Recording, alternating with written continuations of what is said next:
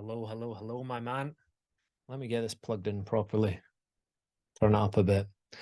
Here we are, my good man. Now, I'd like to speak about masculinity. What is masculinity? Because for me, growing up, didn't really have a concept of it.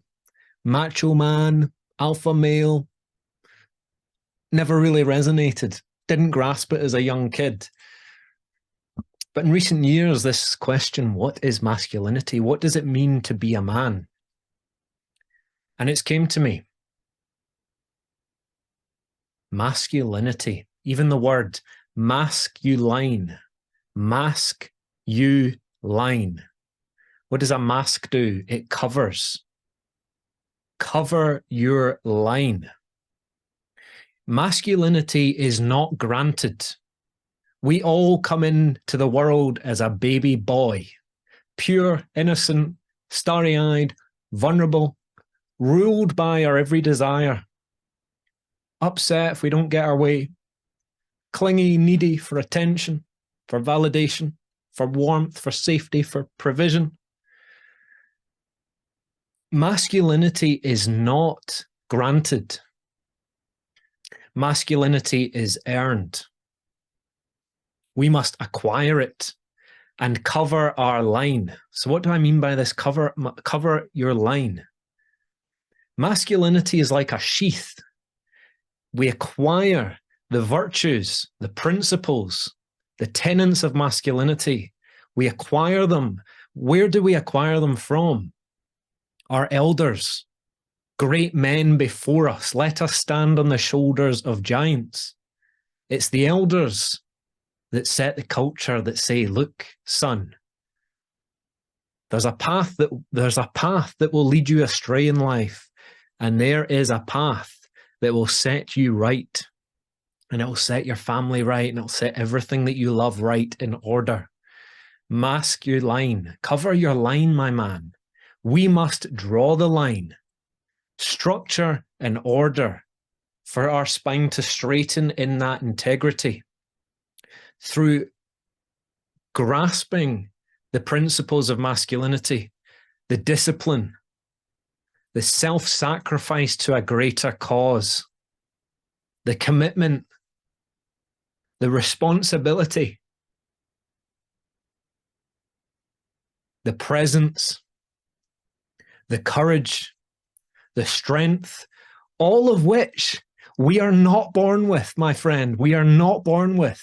These are not granted. The value of masculinity and the virtues of are not inherent. We're not inherently born with it. We have potential for it.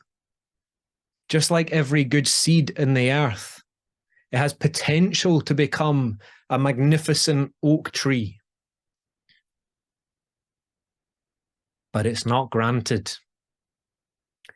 Not all of the trees weather the storm. Not all of them survive. Not all of them dig their roots deep enough. You know, I was coming back about a year ago, coming back on the train from a Vipassana meditation retreat. There was an Indian man with me and there was a Chinese woman. And we were talking about men and masculinity and all this stuff. The Chinese woman said, Lewis, we have a crisis of masculinity in China. The Indian man also agreed, we have a crisis of masculinity in India. And I'm thinking, well, so do we here in the Western world. There is a crisis of masculinity. We have not drawn the line. We have not cut off the vice. We have not raised the standards of excellence and potential.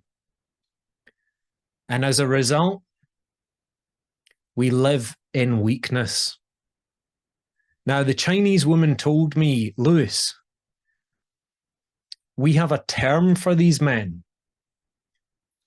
And it's got so bad that Chinese women have been finding men in other countries to get married. The term they use is man baby. Man baby. He looks like a man, he's fully developed like a man, but he acts like a baby. No responsibility, high entitlement, kicks back, doesn't self-sacrifice, isn't courageous and strong and protective, does not provide leadership and containment. And it's because the Chinese boys they're revered as the prize. So special to have a boy. And of course, so special. But the mollycoddling, the mothers, again, generalization, of course, but the mothers prepare all the food, all the meals, all the dinner, all the cleaning, all the ironing, everything for this young boy. And this little boy, little Lord Fauntleroy, he's just kicking back. He doesn't know any different. Why would he question it? Life's great. Because masculinity is not granted. Masculinity is something that we garner, something that we grasp, that we integrate, that we apply to our life through the application of the principles, discipline, self-sacrifice, honor, truth, integrity, leadership, courage, strength, self-restraint. When these are applied and integrated, the boy becomes a man. Now, in tribal times, they knew this. In tribal times, when the boy was either between 7 years old or a young teen, he would be stripped from his mother. The older men would take the boy away from the mum, and they would send him out on some kind of initiation, either to hunt a wild animal, to survive in the forest and the woods alone for 4 days, 4 nights. Some of the native Indian tribes would hang hooks in the young boy's back and hang him from the rafters. And he had to stay there in the hot sun, hooked, and he wasn't allowed to squeal, demonstrating self-respect and self-restraint to earn his masculinity. Now, I believe that it's the man's role to lead, to provide and protect. In this modern age, we have feminism saying, no, we can be independent. We don't need men. This is a luxury within a time where warfare is not imminent. When the war strikes, the order returns. Because man is called to self-sacrifice. He is called to his highest destiny. The willingness to die for everything he loves and believes in that is beyond himself. This is a hugely significant thing. I would say that feminism is the result of this crisis of masculinity that we see all over the world today. Because when man does not draw the line on vice, on weakness, he allows vice and weakness to infect. And when this infects a man, he becomes tyrannical, he becomes self-absorbed. He cares less about the family, less about the tribe, less about the community, less about that extension of grace and service, and more about himself. When a man becomes self-absorbed,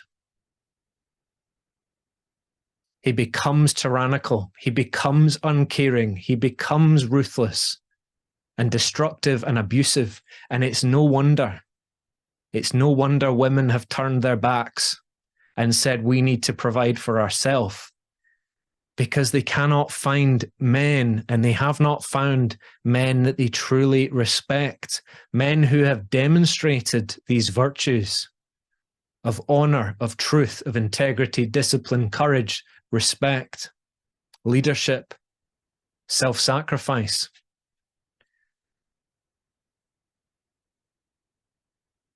We have an opportunity here. An opportunity to reclaim our masculinity as men. How do we do this? How have we done it? How have our ancestors done it? Because again, it doesn't come naturally to young boys. Some are blessed with the demonstration of good men around them in their close circle as they grow up. They learn these skills. But many men don't. Many men, they've not had this demonstrated to them. We see gang culture, for example. Young boys come from the single mother background, dad left, and they're looking for a male role model. Mum can't tell him what to do anymore. He must find it himself, but he goes into the wrong crowd, looking at the elders. This is my tribe. This is where I belong. This is what it means to be a man. Misguided. Misguided. So, my man, this is our opportunity to reclaim our power as men. It is so fantastic to be a man. We should be thrilled with that responsibility, with that power, to be a solid man worthy of respect. Women are yearning for respectable men to show up confidently as leaders and provide and protect containment.